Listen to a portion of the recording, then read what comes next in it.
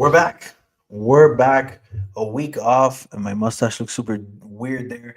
But ladies and gentlemen, a rough, tough start to the Paramount era. Was down like 8 units on the first card. Last week I broke even. Some shaky, just shaky stuff. I was out of the country. Not too focused last week. I will be honest with you, but even then, I just see a trend. That means this week we're gonna make a lot of money. And quite frankly, I'm here to break down fights. You take what you want from it. You make your own bets. We move forward. It is what it is. I'm waiting for a few people to trickle in, guys. But what a start to the Paramount era. A few good fights. Different cards. It's starting to feel a little weird not being on ESPN. That's what it's felt like for the most part. But I like the earlier start time. We've had some bangers. The fight of the year is going to end up being Gaethje and Pimlet, and we got that. We were spoiled. But guys, we're starting off, and I'm going to give you a full card breakdown of tomorrow's fight night. Like I said, it's going to start around 8 p.m. Eastern time for the main card. I'm going to go through every fight, starting with the main card. We're going to trickle through. I have a few people in here, guys, and if I have two people in here, I'm willing to do a full live breakdown. I couldn't do it earlier in the week, but here we are. Of course, for exclusive bets, you have my Instagram, and then the winnable link will be in my bio after this. But I'm going to start breaking it down, guys. There's a lot of good bets. There's a lot of good spots, a lot of tricky spots. And I see that the majority of individuals, when I'm going through everything, are really big on some of these dogs. And although I agree with some, I think a lot of people are out of their freaking mind and watching some film and really trying to bounce back this week. I think everybody's freaking nuts. We're going to start off with Mario Bautista coming in now as a minus 150 favorite. Vinicius Oliveira, a plus 125 underdog, guys. And yes, these first few fights, I'm going to be a little more thorough as we go on. I know not everybody cares about the prelims and early prelims. I'll be a little quicker, but I like to be thorough. Guys, Mario Bautista objectively is the better fighter here. Better overall. We've seen him fight better competition. He got a lot of hate because of his fight with Jose Aldo. He played his cards right and smoothed his way and clinched his way to a decision, which a lot of people hated against somebody like Jose Aldo. The reality is this kid is good, right? Goes in there, takes care of business against Patchy Mix, and then more importantly, goes up against Umar Nurmagomedov. And I was all over Umar there, but there were a few times where you could really see the fact that Mario Batista is a real deal contender. He deserves to be where he is in the bantamweight division, and he has a future here. Do I think he'll be champion? I don't think so. I think he's a very top five guy, maybe gatekeeper-esque, but the guy's very good from his kicks to his boxing to his striking ability, his speed, his footwork, his grappling. He could hold his own against anybody in the division. When we go on and we talk about someone like Vinicius Oliveira, I do not feel the same way. I do not feel like Vinicius Oliveira has earned this spot. However, the problem with this guy is that he's exciting. So the UFC wants to build him up. He's powerful. He's finishing people. But my problem with him going into a 5-round fight against someone like Mario Batista, who has now fought with some of the best of the division, is that he's extremely low volume, right? And when we get these guys matching up, I'm not expecting a lot of grappling unless maybe Mario Batista wants to change it up and make this a pure MMA fight. Maybe he fears a bit of the striking and power from Vinicius Oliveira, but I really do believe this is going to be a really technical battle. And if I'm on Mario Batista's corner, what I want to do is I really want to chop this guy's legs. I want to take away his power. I want to take away his movement.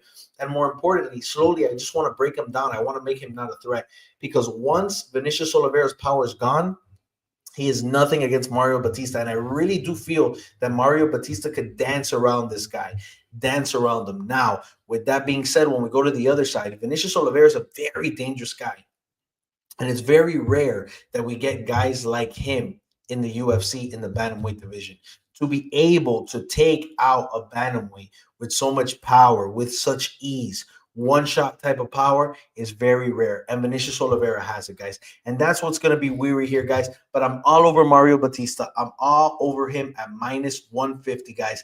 And to be honest with you, I think a sneaky play here is maybe the under.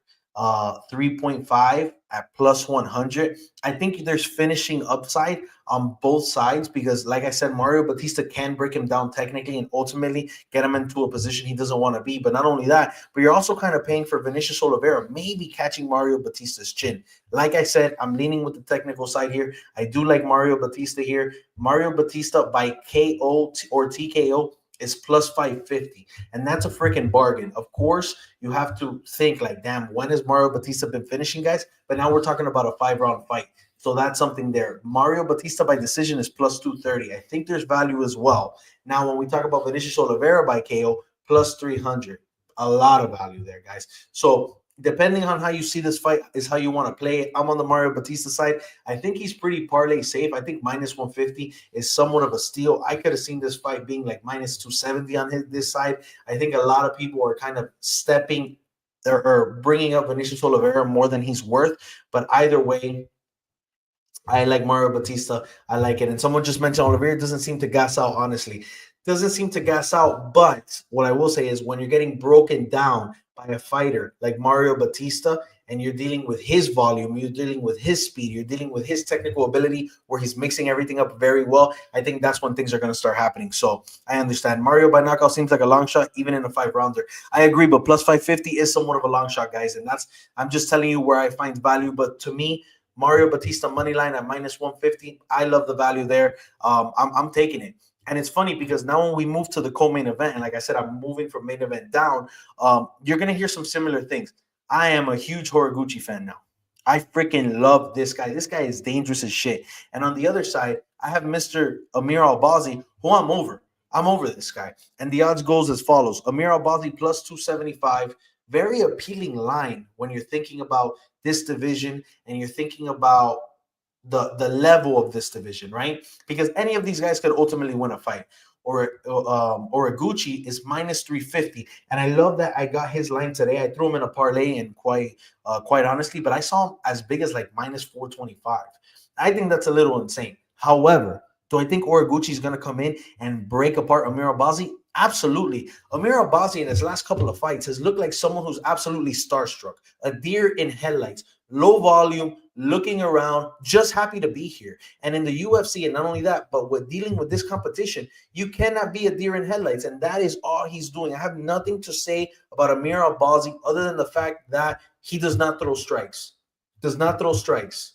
So what are we doing here? Oraguchi, on the other hand, is going to bring an intense amount of pressure, speed, power, athleticism.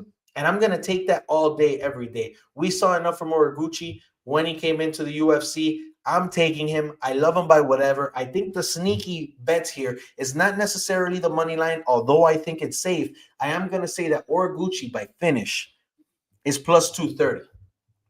And I don't know if you want to throw a whole unit on that, but I almost feel like it's safe. My issue with that bet is that Albazi has proven tough. He's gotten his ass beat time and time again and gone through it. You know, he's made it through. And again, we're talking about the flyweight division, but Oraguchi does not stop coming at you. He will try to knock you out. He will knock you down like he did in his last fight. Look for a sub, whatever's there. So if we want to get a little more specific, the round lines, under 2.5 at plus 185. If you think a finish is possible for Oraguchi, that's a route too, but I feel like it's the same as him winning by a finish.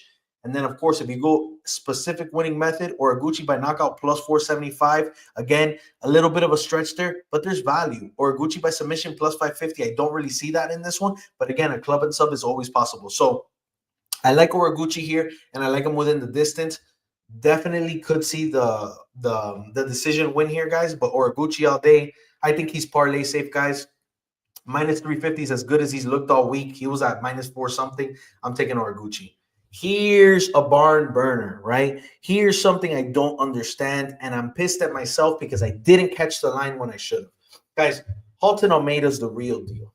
Is he one-dimensional? Absolutely. But we're talking about someone who's extremely good at what he is one-dimensional in, right? Because we have these guys, oh, they're strikers, oh, they're grapplers. But how elite are they in their field? Are they dominating everybody?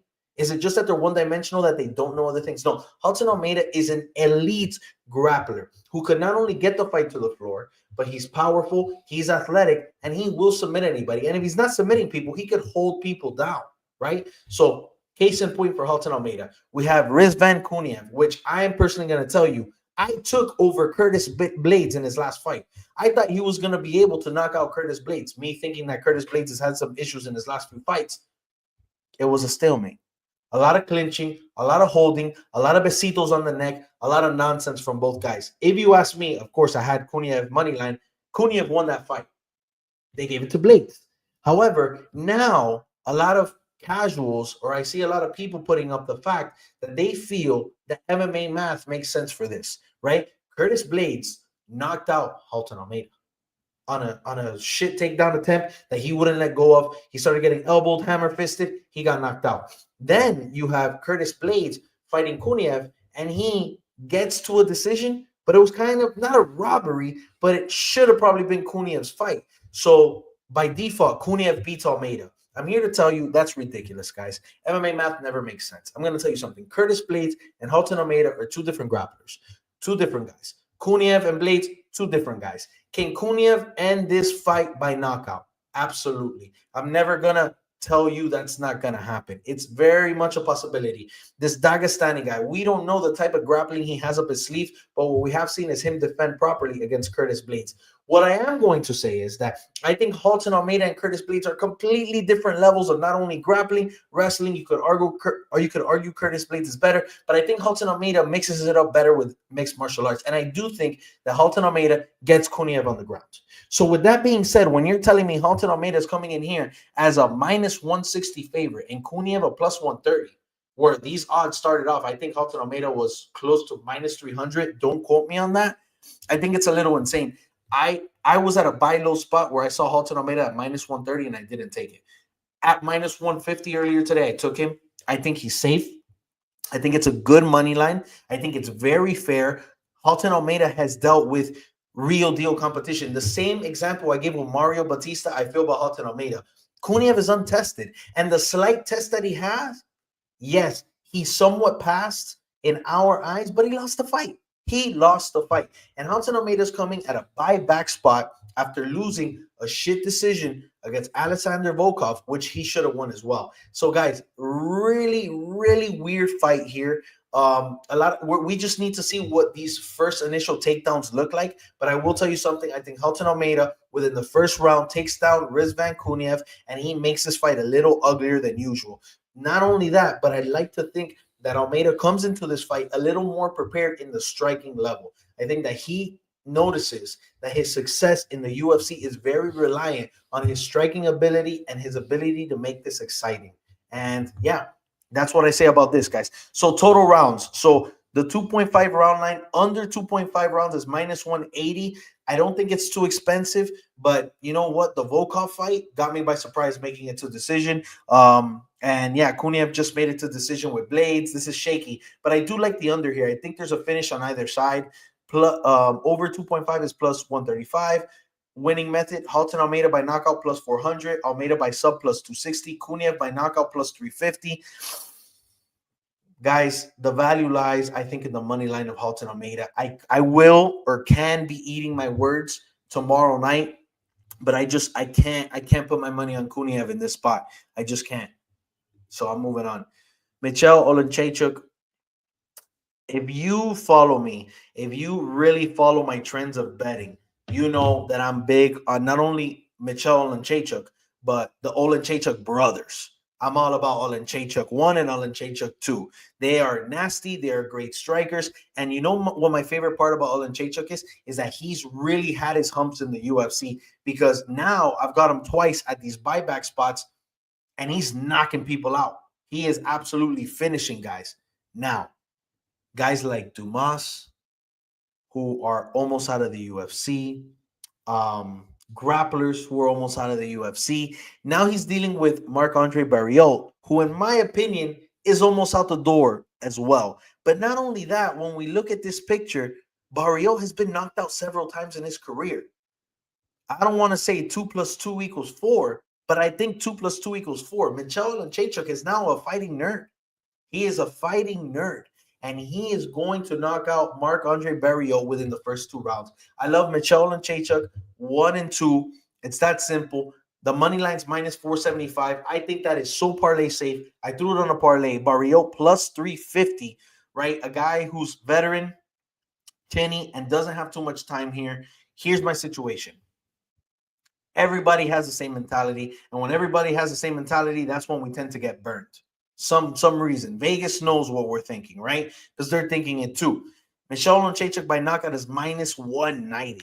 If you're paying minus 190 for a prop bet, it better be a freaking great prop bet. It better be Francis Ngannou versus Pantoja, right? And I can assure that, even though I did take it in a parlay. But Michel Chachuk by knockout minus 190. It's a little stressful, but I really do like the line. Fight to go the distance, no, is minus 450. It's a little insane, these odds. Under 2.5 rounds is minus 375 at this very moment in time. And then, like I told you, Michel and Chachuk, if you get him and under 2.5 rounds, is minus 220. So you got to be willing to risk money to make money in this fight. But if I will say something is that I really do think it's worth it. Michel and Chachuk, round 1 plus 115. Round 2 plus 425. If you do rounds grouped, Olenchechuk, rounds 1 or 2 is minus 180. If you take him at rounds 1 or 2, I think you take him by knockout. I think that's what's safe here, guys. Very shaky stuff. I think it's worth the money. I hope I don't eat my words in this fight because he's the freaking man. I'm a fan of him and his brothers. And guys, in the comment, number 1, subscribe. Be sure if you're not subscribed, you're just coming from my Instagram in and out. Subscribe. It helps me out. Be sure to comment. Be sure to like. It helps out my stream, helps the algorithm. And as I'm breaking down these fights, I know there's a few of you who are sticking around. Be sure to comment who you think is winning, any prop bets you like. I like to talk about those not only during the video, but towards the end. But let's carry on. Gene Matsumoto and Farid Basharat. Guys, huge on Gene Matsumoto. I love this guy. He's the underdog today. Plus 250, which I do think there's some value there, but Farid Basharat's the real deal. He's minus 325. And when I break down this fight, I'm not saying he's Mario Bautista. I don't think they have a similar fight style, but there are some guys who are so complete and who are so technical and could do a little bit of everything. And they're not too focused on their power. They're not too focused on their grappling. They're not too focused on anything. They're just such well-rounded mixed martial artists. Most times these guys don't become champion, right? Because most of the time we have somebody who's so elite in one area and that's how they win. But man, to me, he's so technical, so high level, he's very dangerous. And that's why I like Farid Basharat. Unfortunately, I think the line's a little heavy at minus 325, and I'm going to break down what the prop bet I like here. But Gene Matsumoto is also very good, very powerful, very fast, but I think he's too hittable. Gene Matsumoto gets hit too much. So I could really see Farid Basharat getting really comfortable in this fight, finding his jab, finding his low kicks, and then more importantly, mixing up the takedowns. And if he's successful mixing up the takedowns, sorry, he gets 2 takedowns in this fight that he could hold for a minute or two, he wins this fight. Because when these guys are striking, I really do believe that Farid Basharat might get the best of him. Now, my apologies. Now, to be clear, one of these guys has the finishing upside. Only one of them. Farid Basharat could fight somebody for 14 rounds, and I think he could keep going and not knock anybody out, not sub anybody. Gene Matsumoto, he absolutely could start somebody, and I think that's my only concern. So when we start looking at props here, when we look at the overs, over 2.5 rounds is minus 425. I really do. I'm almost willing to put most of my bank account on the fact that this makes it to decision. Winning method. I like, so Gene Matsumoto by knockout plus 1750. That's almost too insane for me. I don't understand that. Every line here is insane. Like everything is Farid Basharat by decision. It's minus 145, guys. So same as Olenchechuk, they are so fixated and sure that he's gonna win this type of fight in this way that the line is ridiculous. But if you're taking Farid, I think you take him by decision. I think maybe there's value there because he's not getting a finish here. But Farid Basharat by decision minus 145. Fight to go the distance minus 325. I mean, this is just a fight that's been attacked completely from every angle, and everybody's on Farid Basharat by decision. So if you have some sort of information, if you have some sort of urge to bet a specific prop, I think this is the fight to do so because you're going to win big. This is an insane fight. But Fareed Basharat's the pick by decision. Dustin Jacoby. Guys, I hate doing this, and I've done this about twice in all my breakdown videos. I don't have a pick yet here. I am so on the fence with this fight because Dustin Jacoby should come out here and knock out Julius Walker. He should be able to do that. He's an aging guy. He's come out here. He's done it before. I've doubted him before, and he usually wins a fight. He's minus 165, and I think that's a steal of value. Julius Walker, on the other hand, could come in here, start grappling, somehow find the sub. That is my concern. However, that was my concern in Dustin Jacoby's last fight, and it didn't happen.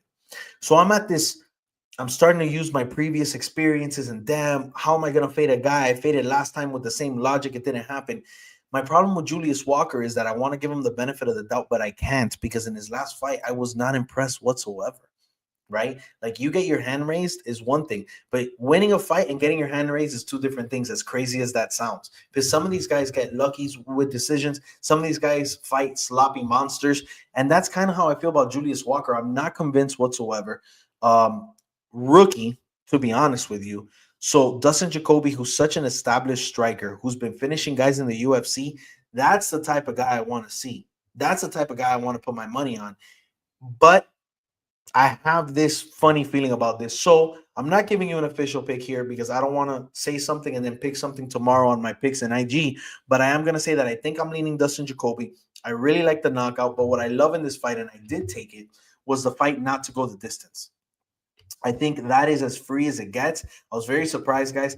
Under 2.5 rounds is minus 120. And maybe Vegas knows something I don't, but I think there's Julius Walker's submission upside and Dustin Jacoby knockout upside. So for the over 2.5 to be minus 110, I don't get it. I really don't. I really do think this fight doesn't make it that far. But we've seen crazier things happen. Dustin Jacoby by knockout plus 190. That's a knockout prop line. That's a line right there. That's what I would have loved Michelle and Chachuk to have, even though it's minus 190. I would have put $1,000 on that. But obviously, like I said, Vegas knows. Julius Walker by sub plus 600. I think as a flyer, I think that's really freaking nice. I think that might be part of my long shot. You know, I partake in the Psycho Parlay, the one that Matty Betts created. I'm all about Julius Walker by submission right now because plus 600 is a little crazy. And then fight to go the distance, Noah's minus 155. So I don't think the fight goes to distance. Dustin Jacoby by finish plus 185. I think you take the knockout at that point. Very, very interesting stuff, guys. But I'm going Dustin Jacoby for now. And like I said, tomorrow the official bet and pick would come out. I'm not too confident in that one. This is my stuff right here. I saw this, and I didn't need to see the line to fade the shit out of Alex Morono. You're going to hear the same thing every time you hear somebody break down Alex Morono. This guy's really freaking good. He has talent to do this, this, and this. However, he doesn't. He doesn't. Apparently, this guy is some crazy-ass Brazilian Jiu-Jitsu black belt.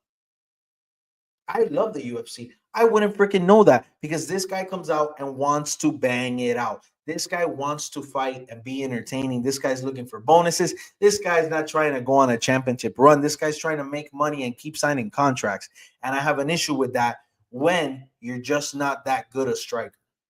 And that's my problem with Alex Morono. And now we have Daniil Donchenko over here, who's an absolute beast. I don't care what anybody says. Even though it was a regional guy he beat when he came into the UFC, he beat the living out of the guy who he was fighting. He absolutely beat the brakes off of him. And he looked fantastic. He looked elusive. He looked explosive. He was tiring out a little bit, but the output was insane. This guy's the real deal. Donchenko. I freaking love it, guys. So let me get you these odds right now. Donchenko's minus 700, which I think is a completely unfair price. I could see where people want to go Alex Morono plus 500, but I'm all over Donchenko. I think he knocks him out. Donchenko by knockout minus 175. Fight to go the distance. Yes, is plus 300. No is minus 425. Then we have the round lines. Under 1.5 rounds is minus 140. Under 2.5 is minus 325. I think that's a little safer because Alex Morono is tough, but we saw him get split by Carlos Leal. I think Donchenko could come in here. throw everything like it's a freaking Tommy gun, be elusive, be powerful, and I think he could really finish Donchenko in the first round. I threw a flyer bet. I'll give it to you here. Donchenko to win, and it's a plus money bet. It's not my lock-in whatsoever, but Donchenko knockout round one. I got it for like plus 150. I think that's a very good bet. I don't like the price tag on it, but I am so confident in Donchenko here, and I think he starches Alex Morono. The question is, how far can Alex get? Next up, Nico Price with the man bun. UFC doing no favors to his picture. He even has edges. That's crazy. That is insane. Nico Price looks crazy, but you got to give him the benefit of the doubt. He has like a million kids. Then Nikolai Vertenikov. Guys, this is like Vertenikov doesn't have the craziest record, neither does Nico Price, but these guys have miles on them. They've got in there. They've been in wars. They've been in very long fights in general. When I first saw this fight, I wasn't too excited about betting it, but I'm less of a bet on a fighter sometimes, and sometimes I bet against the fighter. Right now, I'm betting against Nico Price, and that's my pick officially. Nico Price, where is his money line here? Oh my God, don't tell me it's not on here. Nico Price is a plus 240. Veritenikov is a minus 300. And I do think the odds are a little wide, but what I will say is that Veritenikov, in my opinion, can come in here, be the better fighter, be the better grappler, and just be consistent until he gets into a decision. I think there is finishing upside because Nico Price just looks like he's out of gas. I wouldn't be surprised if this is his last fight, but this is a fight that I'm not getting too much into a technical breakdown like the other ones, but I'm completely going against Nico Price here. I think he's out of gas. I don't think he's as tough as he used to be. I don't think he's as durable as he used to be. I think Vertenikov comes out here. I think he can get the best of him striking. I think when he starts grappling, Nico Price is just kind of drowning that, even though he could go for a crazy sub attempt, but he's just not as durable. I don't think he could keep up. Simple breakdown. I do like the under here. So total rounds under 2.5 is minus 155, especially like I'm talking about retirement fights. I'm thinking somebody's getting finished, man. Under 2.5 is minus 155. I think there's some value there. I'm not too keen on the prop bets. Veritenikov by knockout plus 110. I do not think there's a lot of value there. Can it happen? Absolutely. But man, it's just, I feel like it's unsafe. I like the under, just any type of finish from either of these guys, to be fair. And then Veritanikov's a parlay piece at minus 300. It's just a reality. But Nico Price, man, he's done for. No business being here anymore. And we continue. Believe it or not, well, obviously you're going to believe it, but we're far deep into this breakdown. And I think this is the first, unless I take Julius Walker, but Bruno Brazil plus 125. Ketlin Souza minus 155. Guys, I'm going Bruno Brazil here. And I'm not going to spend too much time on this fight, but in my opinion, the better overall fighter is Bruno Brazil. The better striker, the fighter who could get up when she's taken down, the fighter who has better experience in the UFC, who has fought better female fighters. The reality is here, and I'm going against my logic in some other fights, but Bruno Brazil is very low volume. My biggest concern here is that she does not throw enough punches. She needs to be throwing everything off her back foot. She needs to be letting her jab go. She needs to be throwing whatever kicks. It does not matter, but she cannot just stand still frozen. Like I talked about Amira Albazi. This is somewhat a female Amira Albazi. She needs to be more active. I don't care if they're feints. I don't care if it's a little tap on the nose. It's female MMA. She needs to make Ketlin Souza respect her, and she just needs to throw more volume. If Bruno Brazil throws some volume in this fight, I'm comfortable with her in any position, in grappling, in the clinch, in whatever the hell she wants, but she needs to do it. She's the better fighter. It's that simple. Both these girls coming off a loss. I'm very interested to see this fight. Kidding. But yeah, guys, I'm taking Bruno Brazil as an underdog plus 125. I think it's very fair at this spot. Basharat versus Vasquez. Guys, this was going to be a banger. I was so excited about seeing Said Nurmagomedov.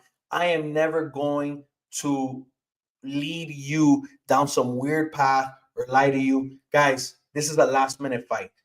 Said Nurmagomedov was supposed to fight here. Now they have this Gianni Vasquez. I'm not going to lie to you and say I've watched the film like I do with other fighters, or I'm very familiar with this fighter. I don't even know the odds for this fight because they haven't come out. That's how last minute this fight is, guys. I'm assuming Basharat's going to be like a minus 900 to minus 1100 favorite. I'm not touching this with a 10-foot pole. I'm not touching it with my money. Don't touch it with yours. I don't know much about Vasquez, so I can't break this fight down. Stay away. I'm glad we got a replacement fight, but guys, do not bet on this fight. This is like 1-800. I have a gambling problem. Do not touch it, please. I say that with the most certainty and sincerity.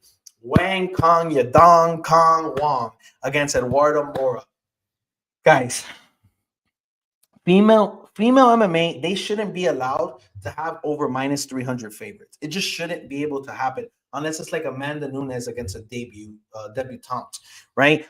Wang Kong Yadong Kong Wong is minus 350 right now. And then Eduardo Mora plus 275. I'm going to say this. I'm fairly confident in Wang Kong. I'm fairly confident in her. I think her striking is impeccable. I think she's very fast. I think she's very technical. I think she could get inside a distance and out very quickly. I think she is so much better than Eduardo Mora. Eduardo Mora might be the tougher chick.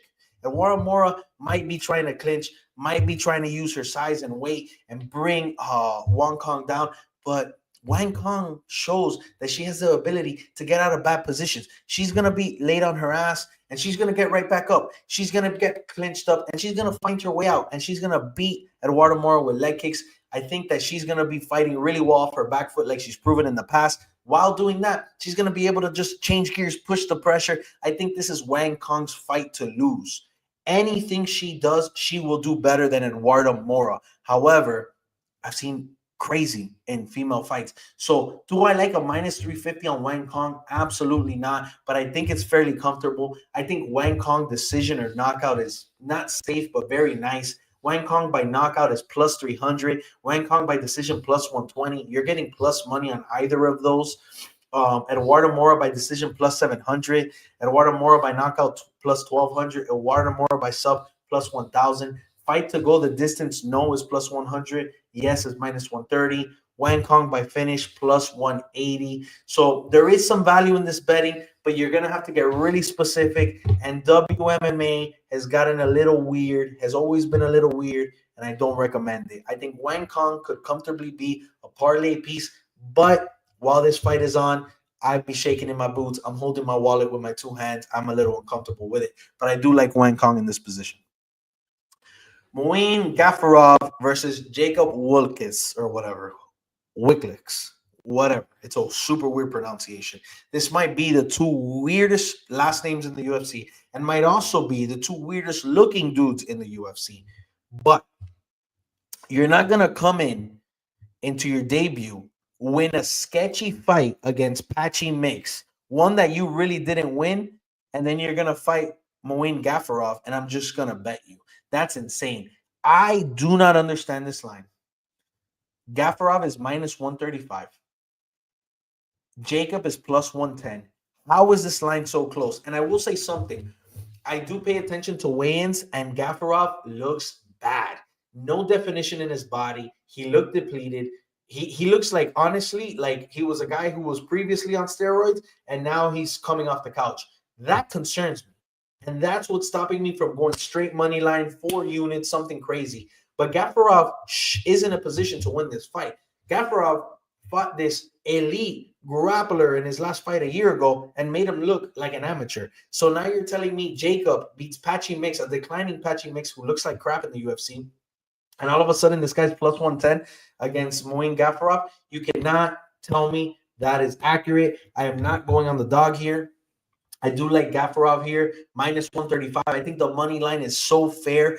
The only problem was that weigh-in. Total rounds under 2.5 is plus 100. I don't hate that because I think this fight might find the finish on either side, right? Because my problem with Jacob too is his submission threat. This guy gets funky with his submissions, right? Like this guy was able to grapple a bit with Patchy Mix and again get funky with it. He's one of those guys that you enjoy watching in mixed martial arts because he's going to throw up a submission that you didn't know you could throw up a submission from, right? And then Joe Rogan's trying to explain it, and he's like, oh, yes, the T-Rex light pillow stuffer. He's doing that. Yeah, you could get it from this position. Yeah, the casual fan doesn't know that, and that's the type of stuff that Jacob does, and that's exciting. So I think there's finish potential on both ends. However, I am going Gafarov side. Gafarov by decision plus 230. Gafarov by knockout plus 300. By sub is plus 1750. Wicklicks by decision plus 375, by knockout plus 2,000, and by sub plus 300. So Jacob by sub plus 300 is something to think about. I think the Gafarov decision plus 230 is not a bad choice as well. Fight to go the distance, yes, at plus money, something to think about as well. So there are a few spots here, but this is one of those fights that you really do need to tread lightly. Again, I'm on the Gaffer upside. My only setback, of course, besides the submissions, is how bad he looked in the weigh-ins. I am not a fan of what he looked like. He looked like crap. Guys, we're getting to the end too, so if you have any questions, I plan to be on here for a few more minutes talking about the fights, breaking some more stuff down. I'm going to go through some bets I currently have if you stick around for my subscribers, and then we'll go from there. But this is the last fight. Claudia Segula, Priscilla, however you say that name, the zombie girl. So Claudia Segula, I'm not all that about her, but I do think she's the better mixed martial artist. When I've said that about other people in this video or in the past, usually those are the people I'm betting on. Those are the people I'm leaning towards. And I think Claudia Segula in this fight really needs to take the fight down, not be bullied by Priscilla. And she needs to find a submission or just control time, right? My concern here is that Priscilla is straight up a dog, man. She will come in here, she will put her face at jeopardy. She's gonna be swinging for the fences. She's gonna throw all her power out, and she's about to fade straight up. This is the type of girl you want on your side at a bar fight. She is about to fade, but this is not the BKFC, and that's my concern. I'm very conflicted here. I thought about going underdog, and at these odds,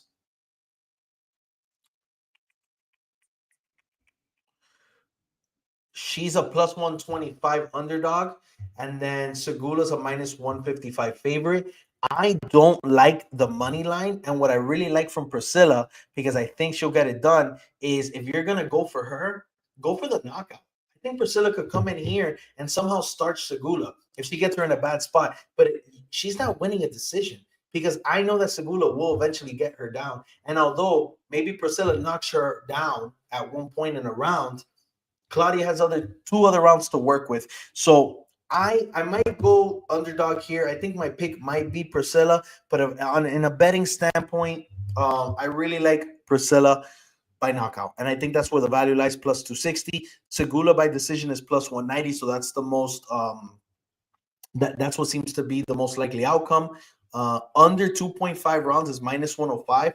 I don't think that's terrible, because there is finishing upside for both girls. Submission from Segula and knockout from Priscilla. So Segula's submission is plus 400. So yeah, man, if you want to play on thin ice, if you're about 1-800 gambling, if you have issues, of course, Segula by sub plus 400, it's not bad. I might throw a little flyer on Priscilla by knockout. And I think that may be my pick, but I think this is just like the Dustin Jacoby fight, that tomorrow when I'm doing my edits, making my picks, I might flip. So I don't want to tell you anything, but those are my bets. Guys, those are the odds. That's the breakdown. If you're just getting in here, I know we've been going from 7 to 3 to 7 to 9 to whatever the heck, how many viewers I've had. I started with the main event and I moved my way downward. Longer breakdown than I thought. I can't believe I've been yapping for 40 minutes, but that is the full breakdown, guys. 40 minutes. If you have any questions, I'll stick around for a few more seconds. I don't mind. I love when the chat's active. Today hasn't been so, but it's all good, guys. Much love, like always. Always a pleasure. And if you're just catching this, you could always rewind it, catch the whole thing. Let me know what you think. When I'm asking for comments, leave some freaking comments. I'll see them later. Like, subscribe, do the whole 9 yards, guys. I don't see any comments, so I think I'm just going to call it a night, guys. It's pretty late. Good luck to you guys. Be sure to subscribe. I have a few bets coming out tonight. Always a pleasure.